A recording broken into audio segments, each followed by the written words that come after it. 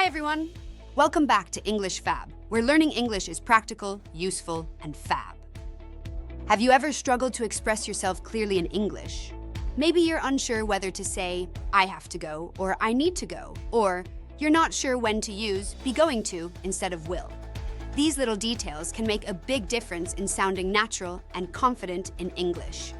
Today, we're diving into phrasal modals, a set of phrases that help you talk about ability, obligation, possibility, and habits.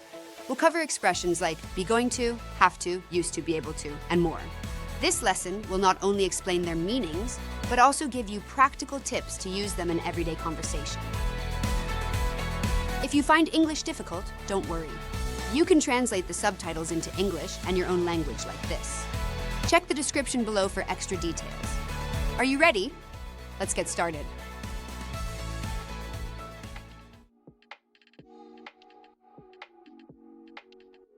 In this section, we'll cover the three main ways to use be going to. Talking about future plans. Making predictions based on evidence. Describing actions that are about to happen. Let's break them down with examples. 1. Talking about future plans.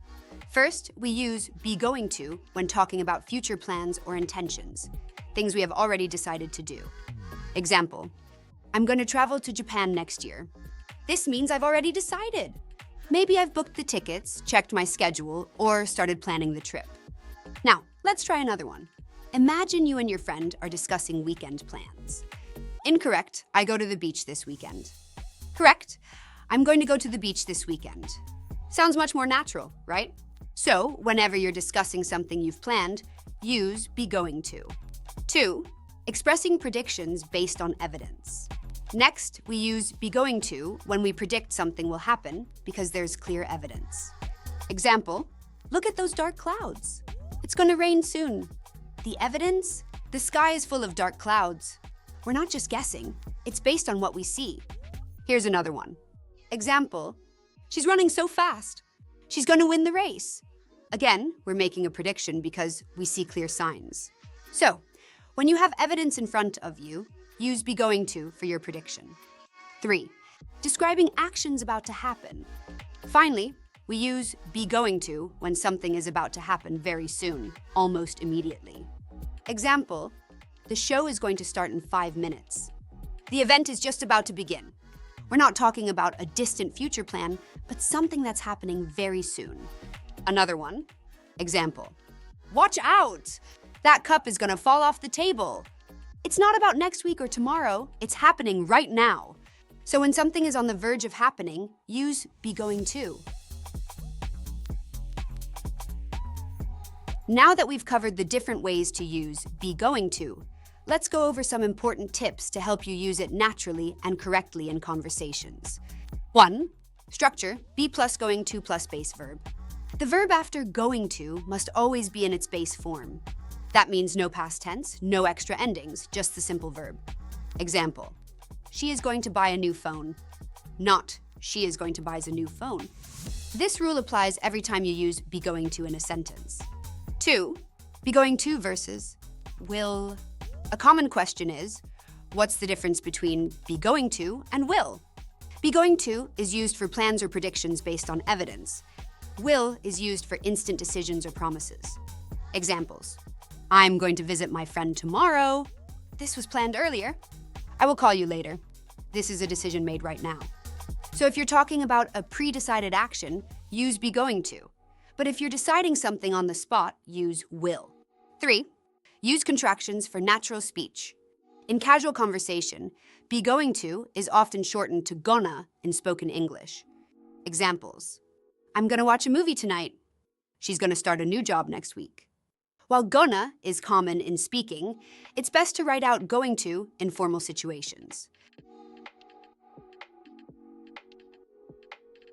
4. Negative form, not going to.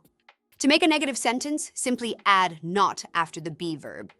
Example, he's not going to attend the meeting. Not, he's no going to attend. This is the standard way to express that something won't happen in the future. 5. Question form. Are you going to?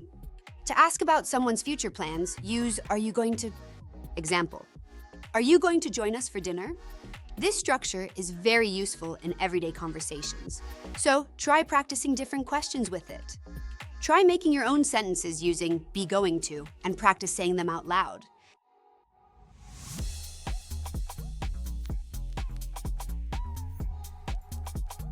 In this section, we'll go over the 4 key ways to use have to with clear explanations and examples. Let's dive in. 1. Expressing obligation or necessity. We use have to when something is required or necessary. It's not optional. Example: I have to wake up early for work. This means waking up early is a necessity, not just a personal choice. Another example: she has to take medicine every day. This shows that taking medicine is something she must do. 2. Talking about rules or laws. Use have to when referring to official rules, laws, or regulations. Example: you have to wear a seatbelt while driving. This isn't just a personal rule, it's a law that must be followed. More examples. Passengers have to show their ID at the airport. You have to pay taxes every year. Whenever there is a legal or official requirement, have to is the right choice. 3. Describing responsibilities. We also use have to when talking about tasks or duties that need to be completed. Example: she has to finish the report by tomorrow. This means the report is part of her responsibility. More examples. I have to clean the house before guests arrive. He has to prepare for an important meeting. If something is part of your job, schoolwork, or daily tasks, you can use have to. 4. Expressing external obligation, not personal choice. Unlike must, which can express a personal decision, have to often shows that the obligation comes from someone else, a rule, or a situation. Example: students have to submit assignments on time. The students don't decide this, the school or teacher sets the rule. More examples. We have to follow company policies. He has to attend the meeting because his boss asked him to. If the obligation comes from outside forces, like a workplace, school, or government, use have to. Now that we've covered the different ways to use have to, let's go over some important tips to help you use it naturally and correctly in conversations. 1. Have to versus must. A common question is, what's the difference between have to and must? Have to refers to an external necessity, something required by rules, laws, or other people. Example: I have to pay my bills. This is required by financial responsibility. Must expresses a strong internal obligation, something you feel is personally important. Example: I must apologize. This is a personal decision because you feel it's the right thing to do. Although they sometimes overlap, must sounds more formal, while have to is more common in everyday speech. 2. Negative form, don't have to. Be careful, don't have to does not mean something is prohibited. Instead, it means something is optional or not necessary. Example: you don't have to come if you're busy. It's your choice. More examples. She doesn't have to wake up early tomorrow. You don't have to bring anything to the party. If something is not necessary, use don't have to. 3. Question form, do you have to? To ask about obligations, use do you have to. Example: do you have to work on weekends? More examples. Do we have to wear a uniform? Does he have to take an exam? This is a great way to ask about rules, responsibilities, or requirements. 4. Use had to for past necessity. When talking about something that was necessary in the past, use had to. Example: I had to study all night for the exam. More examples. She had to take a taxi because she missed the bus. They had to move because of their job. Since must doesn't have a past form, we use had to instead. 5. Practice common phrases with have to. The best way to master have to is by practicing common expressions. Here are a few. I have to call my friend later. She has to wear a uniform at school. They have to leave early for the flight.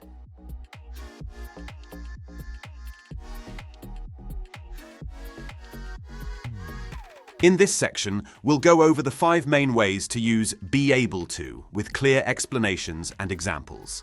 Let's dive in. 1. Expressing ability or capability.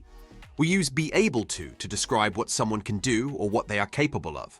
It works just like can, but sounds a bit more formal. Example, she's able to speak 3 languages. This means she has the ability to speak multiple languages. More examples. I'm able to swim. Same meaning as I can swim.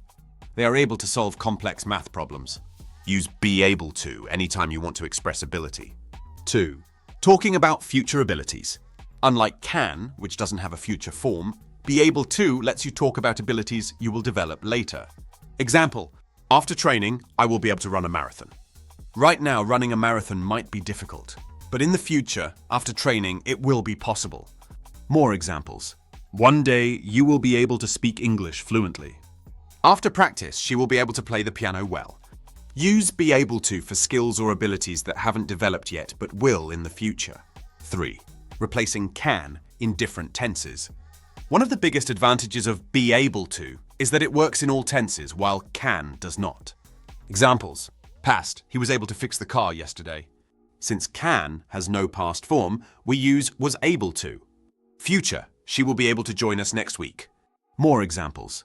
They were able to escape before the fire spread. You will be able to apply for the job next month. If you need to use ability in the past or future, be able to is the correct choice. 4. Describing overcoming difficulties. We also use be able to talk about achievements, especially when something was difficult or required effort. Example, despite the injury, he was able to finish the race. This means that it was not easy, but he managed to do it. More examples. She was able to pass the exam after months of studying. We were able to complete the project on time, even with some delays. If you want to emphasize overcoming obstacles, be able to is a great phrase to use. 5. Formal or polite situations. In formal writing or polite speech, be able to is preferred over can. Example, I hope to be able to assist you with your request. This sounds more professional than saying, I hope I can help you. More examples. I would love to be able to meet you in person. Will you be able to attend the meeting? If you want to sound more polite or professional, use be able to instead of can. Now that we've covered the different ways to use be able to, let's go over some important tips to help you use it naturally and correctly in conversations. 1. Be able to versus can. A common question is, what's the difference between be able to and can? Use can for present ability. Example, I can swim. This means I know how to swim now. Use be able to for other tenses. Example, I was able to swim last year. We cannot use can in the past, so we use was able to instead. More examples. I will be able to swim next summer. Future ability. He has never been able to swim. Present perfect. If you need to use past, future, or perfect tenses, be able to is the right choice. 2. Always use be in the correct form. The verb be must change based on the subject and tense. Examples. She's able to drive. Present. They were able to fix the problem. Past. He will be able to visit next week. Future. More examples. I haven't been able to concentrate today. Present perfect. We will be able to start the project soon. If be is not in the correct form, the sentence will be incorrect. 3. Question form. Are you able to? When asking about ability in a polite or formal way, use are you able to instead of can you. Example. Are you able to help me with this task? This sounds more professional than can you help me? More examples. Are you able to attend the meeting tomorrow? Were you able to find the information? This structure is useful in business and polite conversations. 4. Negative form, not able to. To say someone cannot do something, use not able to. Example, I was not able to attend the meeting yesterday. More examples. She is not able to join us for dinner. He hasn't been able to sleep well lately. If something was impossible in the past or is not possible now, use not able to. 5. Practice common phrases with be able to. Here are some useful phrases to help you get comfortable with be able to. She is able to solve difficult math problems. He will be able to travel abroad next year. I haven't been able to sleep well lately. Try making your own sentences with be able to reinforce your understanding.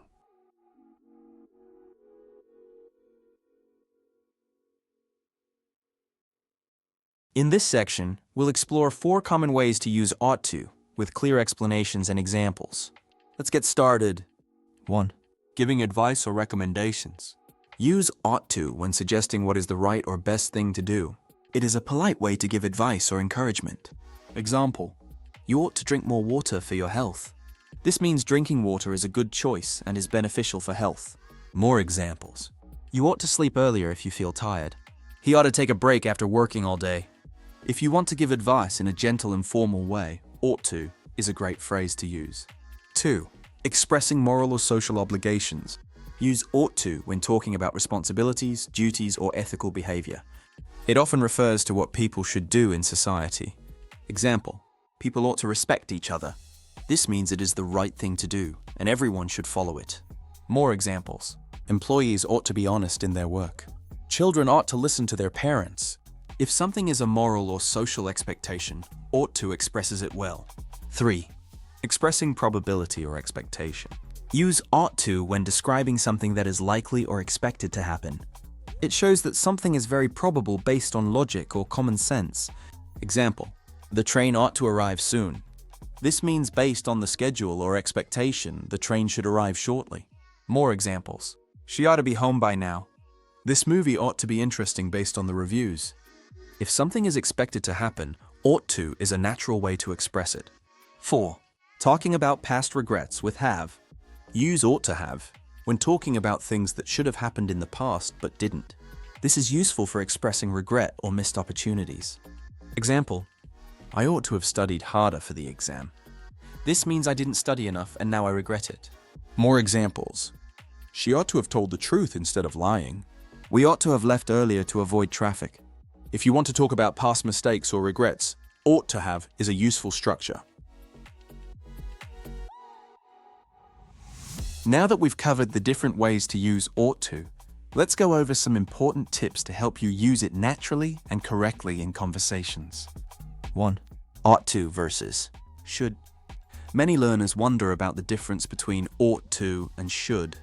Ought to is slightly more formal and often used when talking about moral responsibilities, social expectations, or strong recommendations. Example: you ought to apologize to her. This sounds more formal or serious. Should is more neutral and used in everyday advice. Example: you should apologize to her. This sounds more casual and common. Both ought to and should express advice or recommendations, but ought to sounds a bit stronger in some situations. 2. Always use to after ought. Unlike must or should, ought always requires to before the verb. Correct: you ought to be more careful. Incorrect: you ought to be more careful. More examples: she ought to call her parents more often. They ought to study for the exam. If you use ought in a sentence, always follow it with to before the verb. 3. Use ought to for expectations and predictions. Use ought to when talking about something that is expected to happen based on logic or reasoning. Example: this plan ought to work well. It is expected to succeed. More examples: he ought to be here by now. He is expected to arrive. The weather ought to be nice tomorrow. It is likely to be good. If something is likely to happen based on facts or reasoning, ought to is a great way to express it. 4.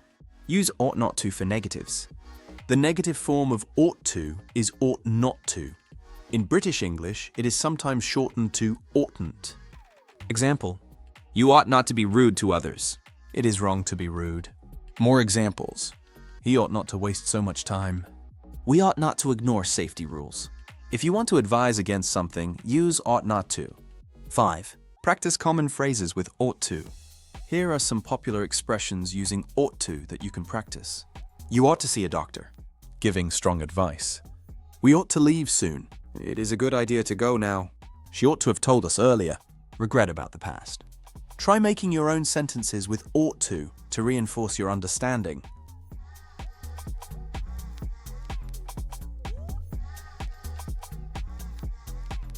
In this section, we'll go over the 3 main ways to use used to with clear explanations and examples. Let's dive in! 1. Talking about past habits. We use used to describe actions that happened regularly in the past but no longer happen. Example: I used to play soccer every weekend. This means that playing soccer was a habit in the past, but I don't do it anymore. Another example: she used to go swimming every morning before work. If you're talking about a habit that was true in the past but not anymore, use used to. 2. Describing past states or conditions. We also use used to describe how things were different in the past. This could be about a person, a place, or a situation. Example: she used to have long hair. This means that in the past her hair was long, but now it's different. Another example: this neighborhood used to be very quiet, but now it's busy. If something was true before but has changed, used to is the right choice. 3. Talking about past beliefs or feelings. We also use used to when talking about opinions, feelings, or beliefs that were different in the past. Example: I used to think math was difficult, but now I enjoy it. This means that in the past I believed math was hard, but my opinion has changed. Another example: he used to be afraid of dogs, but now he loves them. This structure is useful when talking about how your thoughts or feelings have changed over time. Now that we've covered the different ways to use used to, let's go over some important tips to help you use it naturally and correctly in conversations. 1. Use for past actions that no longer happen.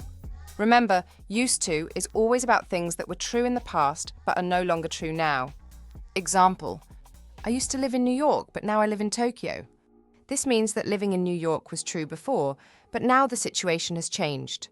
Another example: he used to work as a teacher, but now he's an engineer. If something is still happening now, don't use used to. Instead, use the present tense. 2. Don't confuse used to with be used to. A common mistake is mixing up used to and be used to. Used to refers to a past habit. Be used to means being familiar with something. Example: I used to wake up early. This was my past habit, but not anymore. I am used to waking up early. I have adjusted to it, and now it feels normal. So if you mean something was a habit in the past, use used to. If you mean you are comfortable with something now, use be used to. 3. Negative form didn't used to. When making negative sentences, remove the D from used. Example: I didn't used to like coffee, but now I do. More examples: she didn't used to exercise, but now she goes to the gym every day. They didn't used to own a car, but now they have one. This is an important rule. Never say didn't used to. 4. Question form. Did you used to? When asking questions about past habits, use did at the beginning of the sentence. Example: did you used to play an instrument? More examples: did she used to live in Canada? Did they used to study together?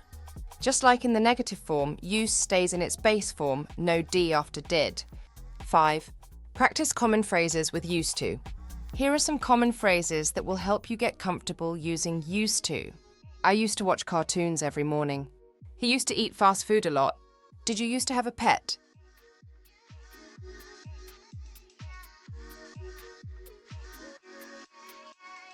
In this section, we'll go over the 5 key ways to use need to with clear explanations and examples. Let's dive in. 1. Expressing necessity or obligation. Use need to when something is required or important to do. Example: I need to finish my homework before dinner. This means that completing the homework is necessary before eating dinner. More examples: you need to renew your driver's license soon. We need to clean the house before the guests arrive. If something must be done, need to is a natural choice. 2. Talking about duties or responsibilities. We also use need to when talking about tasks, obligations, or work-related responsibilities. Example: she needs to call her manager today. This isn't just a casual action, it's something she has to do as part of her responsibilities. More examples: he needs to submit the report by Friday. They need to prepare for the meeting. If an action is part of your job, school, or daily tasks, you can use need to. 3. Giving advice or suggestions. Use need to when offering strong recommendations or advice to someone. Example: you need to drink more water to stay hydrated. This suggests that drinking water is important for good health. More examples: you need to exercise more if you want to stay fit. She needs to get more sleep to feel better. Using need to in this way makes your advice sound helpful but not too forceful. 4. Asking about requirements. We can use need to when asking whether something is necessary for a particular situation. Example: do I need to bring my passport for the trip? This is a polite way to ask if something is required. More examples. Does he need to wear a uniform for work? Do we need to book a table in advance? If you're uncertain about a rule or requirement, need to is a great way to ask. 5. Expressing urgency. Use need to when something must be done immediately or very soon. Example. We need to leave now or we'll be late. This shows that leaving right away is necessary to avoid being late. More examples. You need to call her before she boards the plane. He needs to finish his assignment by midnight. If time is important, need to is a great phrase to use. Now that we've covered the different ways to use need to, let's go over some important tips to help you use it naturally and correctly in conversations. 1. Need to versus have to. Many learners wonder what's the difference between need to and have to. Need to means something is necessary, but it might be flexible or more of a recommendation. Example, you need to get some rest. This is a strong suggestion, but not a strict rule. Have to expresses a stronger obligation, usually related to rules, laws, or external requirements. Example, you have to wear a seatbelt. This is a law that must be followed. If something is required by rules or laws, use have to. If it's just necessary but not strictly enforced, use need to. 2. Negative form, don't need to. Use don't need to show that something is not necessary. Example, you don't need to bring food, we have plenty. This means bringing food is optional but not required. More examples. She doesn't need to buy a new phone, it still works fine. You don't need to reply right away. Be careful. Don't need to is different from must not. You don't need to go. You can go if you want, but it's not necessary. You must not go. You are not allowed to go. 3. Question form, do you need to? To ask about requirements or obligations, use do you need to. Example, do you need to submit the report today? This asks whether submitting the report is required. More examples. Do I need to bring my ID for the exam? Does he need to attend the meeting? This structure is great for asking about rules, expectations, or tasks. 4. Use the base form of the verb after need to. The verb that follows need to should always be in its base form, without to or ing. Correct. I need to exercise more. Incorrect. I need to exercising more. More examples. She needs to study for her exam. We need to prepare for the trip. Always check that the verb after need to is in its simple form. 5. Practice common phrases with need to. Here are some useful phrases to help you get comfortable using need to. I need to buy some groceries. She needs to improve her English skills. You don't need to worry about that. Try making your own sentences with need to reinforce your understanding.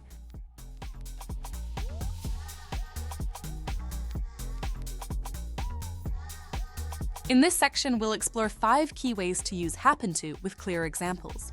Let's get started. 1. Talking about unexpected or coincidental events. We use happen to when something occurs by chance or unexpectedly. Example, I happened to meet an old friend at the airport. This means I wasn't planning to meet my friend, it just happened by chance. Another example, she happened to find a great restaurant while walking around the city. This structure makes it clear that something was unexpected but fortunate. 2. Asking questions politely. Using happen to can make questions sound softer and more polite. This is useful when asking for information, especially from someone you don't know well. Example, do you happen to know where the nearest ATM is? This is much politer than just saying, where is the nearest ATM? Another example, would you happen to have a pen I could borrow? It's a nice way to ask for something without sounding too direct. 3. Expressing possibilities or hypotheticals. We use happen to when talking about something that might happen, but we're not sure. Example, if you happen to see Tom, tell him I said hi. This means you're not sure if the person will see Tom, but if they do, they should pass along the message. Another example, if you happen to be in town next weekend, let's grab lunch. This suggests a possibility rather than a firm plan. 4. Adding emphasis to a statement. We also use happen to emphasize opinions or facts strongly. Example, I happen to love spicy food. This adds extra emphasis and makes the statement stronger. Another example, he happens to be one of the best players on the team. This highlights a fact that might surprise others. 5. softening a statement to sound less direct. Sometimes happen to helps make a statement sound more polite or indirect. Example, she happens to be very talented at singing. This sounds softer and more polite than just saying, she is very talented at singing. Another example, I happen to think this is a great idea. It's a way to express your opinion without sounding too forceful. Now that we've covered the different ways to use happen to, let's go over some important tips to help you use it naturally in conversations. 1. Structure happen to plus base verb. The verb that follows happen to should always be in its base form. Correct. I happen to know the answer. Incorrect. I happen to knowing the answer. So remember, after happen to, always use the simple verb without extra endings. 2. Happen to versus by chance. Both phrases have a similar meaning, but happen to is more natural and conversational. Example, I happen to find this book. Sounds natural in everyday English. Meanwhile, by chance is more formal or old-fashioned. Example, I found this book by chance. While both are correct, happen to is what native speakers usually say in casual conversation. 3. Negative form, don't happen to. To say something doesn't happen by chance, use don't happen to. Example, I don't happen to have my wallet with me. This is a polite way to say you don't have something. It sounds softer than saying, I don't have my wallet. 4. Question form, do you happen to? Use do you happen to when asking for information politely. Example, do you happen to have an extra pen? This is much more polite than just saying, do you have a pen? Other examples. Do you happen to know what time the meeting starts? Would you happen to have any recommendations for a good restaurant? This structure is useful for polite, natural conversations. 5. Practice common phrases with happen to. To get comfortable with happen to, try practicing these common phrases. I happen to hear your favorite song on the radio. She happens to be a great cook. If you happen to see him, let me know.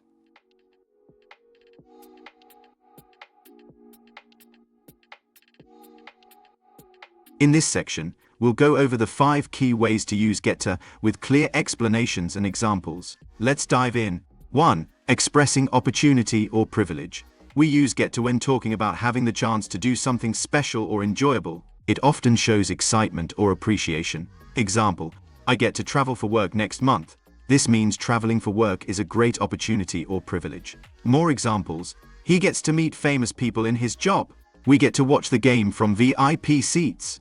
If you're talking about a lucky or exciting opportunity, get to is a great phrase to use. 2. Indicating permission or ability. Use get to when you are allowed or able to do something. Example, she gets to leave early today.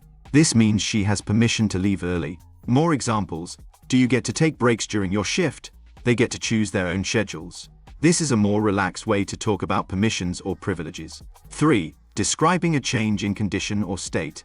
We use get to describe gradually reaching an emotional or physical state. Example, you'll get to like this new city after some time. This means that after a while, you will start to like the city. More examples, he got to know his co-workers better over time. She's getting to understand the language more. If you're talking about slowly adjusting to something, get to is a natural way to express it. 4. Referring to arriving at a place. Use get to when talking about reaching a destination. Example, how do I get to the train station? This is a common way to ask for directions. More examples, we finally got to the hotel after a long drive. What time do you usually get to work? If you're talking about arriving somewhere, get to is the perfect phrase. 5. Expressing the start of an action. We also use get to when talking about finally starting something. Example, I finally got to clean my room today. This means I had been wanting to clean my room, and I finally did it. More examples, he got to start his dream project last week. I can't wait to get to cooking dinner. If you're talking about doing something you've been wanting to do, get to is a great way to express it.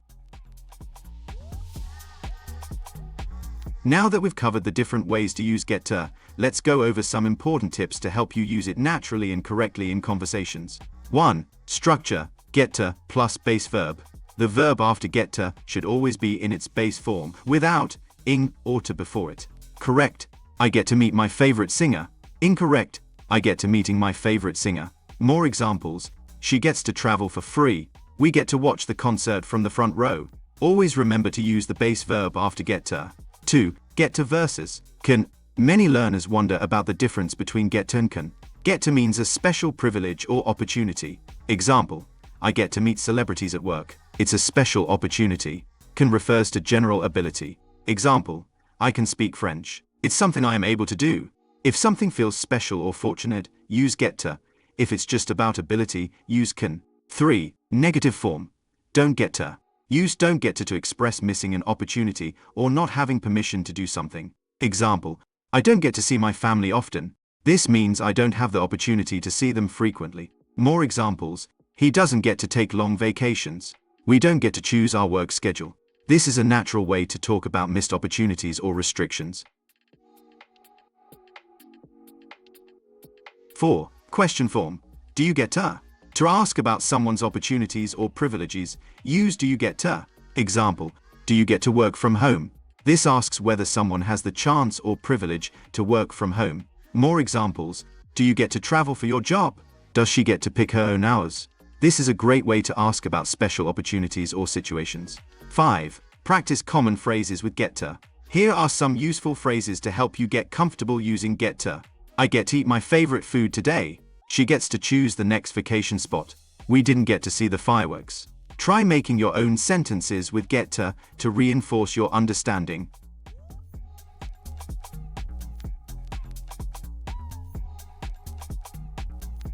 In this section, we'll go over the 4 main ways to use be likely to with clear explanations and examples. Let's dive in. 1. Expressing probability or possibility. We use be likely to when something has a high chance of happening but isn't 100% certain. It's similar to saying probably will. Example, it is likely to rain tomorrow. This means there is a high chance of rain, but it's not guaranteed. More examples, she is likely to win the competition. This movie is likely to be a big success. If something will probably happen, use be likely to. 2. Making predictions based on evidence. Use be likely to when making predictions based on facts, patterns, or logical reasoning. Example, she is likely to get promoted because of her hard work. This prediction is based on evidence, her strong work performance. More examples, if you keep practicing, you are likely to improve. He is likely to pass the exam since he studied a lot. If you can see clear reasons for why something will happen, be likely to is the right phrase to use. 3. Describing general trends or statistics. We also use be likely to in research, studies, and general trends to describe probabilities. Example, people who exercise regularly are likely to live longer. This means research or general knowledge suggests that exercising leads to a longer life. More examples, students who read a lot are likely to perform better in school. Customers are likely to buy products with good reviews. If you're talking about statistics or general patterns, be likely to is the perfect phrase. 4. Talking about personal expectations. Use be likely to when expressing your own expectations about a situation. Example, he isn't likely to come to the party. This means you don't expect him to attend. More examples, I am likely to be late because of traffic. They are likely to choose the cheaper option. If you want to express what you think will happen, be likely to is a great way to do it. Now that we've covered the different ways to use be likely to, let's go over some important tips to help you use it naturally and correctly in conversations. 1. Structure be plus likely to plus base verb. The verb that follows be likely to should always be in its base form, without ing or to before it. Correct. She is likely to win the competition. Incorrect. She is likely to winning the competition. More examples. He is likely to pass the exam. They are likely to announce the results soon. Always remember to use the base verb after be likely to. 2. Be likely to versus will. Many learners wonder, what's the difference between be likely to and will? Be likely to means something has a high chance of happening, but it's not 100% certain. Example, it is likely to rain later. There's a strong chance of rain, but it's not guaranteed. Will expresses certainty about something happening. Example, it will rain later. This sounds more definite. If you want to leave room for uncertainty, use be likely to. If you're sure about something, use will. 3. Negative form, not likely to. Use not likely to when something probably won't happen. Example, he is not likely to change his mind. This means it's unlikely that he will change his mind. More examples, she isn't likely to come to the party. It's not likely to snow this winter. This is a polite and natural way to express low probability. 4. Question form. Is he, she likely to... To ask about the probability of something happening, use is he, she likely to... Example, is she likely to accept the job offer? More examples, is it likely to be crowded at the event?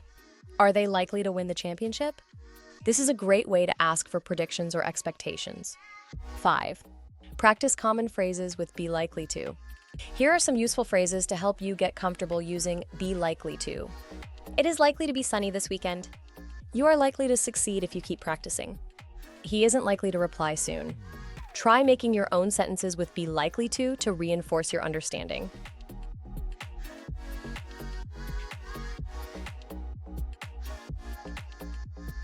In this section, we'll go over the 5 key ways to use be willing to with clear explanations and examples. Let's dive in. 1. Expressing readiness or open-mindedness. Use be willing to when someone is ready or open to doing something. Example, she is willing to help with the project. This means she doesn't mind helping and is prepared to do so. More examples, I'm willing to listen if you need advice. He was willing to take on more responsibility at work. If someone agrees to do something without hesitation, be willing to is the perfect phrase to use. 2. Showing a positive attitude toward doing something. Use be willing to when someone has a good attitude toward trying or experiencing something new. Example, he is willing to try new foods when traveling. This shows that he has a positive mindset about trying new things. More examples, she's always willing to learn new skills. They are willing to explore different cultures. If someone approaches an action with enthusiasm or an open mind, be willing to expresses that feeling naturally. 3. Indicating a condition for an action. We use be willing to when one action depends on another. Example, I am willing to work extra hours if needed. This means I don't mind working extra hours, but only if necessary. More examples, she's willing to negotiate if the price is reasonable. They are willing to help, but only if you ask. If an action depends on a specific condition, be willing to makes the sentence clear and polite. 4. Talking about effort or sacrifice. Use be willing to when someone is prepared to put in extra effort or make a sacrifice for something important. Example, she was willing to move abroad for her career. This means she made a big decision and was prepared for the challenge. More examples, he was willing to take a lower salary for his dream job. They were willing to invest time and energy to start their own business. If someone puts in effort or makes a personal sacrifice, be willing to is the best way to express it. 5. Referring to offers or requests. Use be willing to when making or responding to an offer politely. Example, are you willing to lend me your book? This makes the request softer and more polite than saying, can you lend me your book? More examples, would you be willing to help me with this task? She's willing to give you a ride home if you need one. This is a great way to make polite requests and offer help without sounding too direct. Now that we've covered the different ways to use be willing to, let's go over some important tips to help you use it naturally and correctly in conversations. 1. Structure. Be plus willing to plus base verb. The verb after be willing to should always be in its base form, without ing or to before it. Correct. He is willing to wait for the results. Incorrect. He is willing to waiting for the results. More examples. She is willing to learn a new language. We are willing to discuss the issue further. Always remember to use the base verb after be willing to. 2. Be willing to versus want to. Many learners wonder about the difference between be willing to and want to.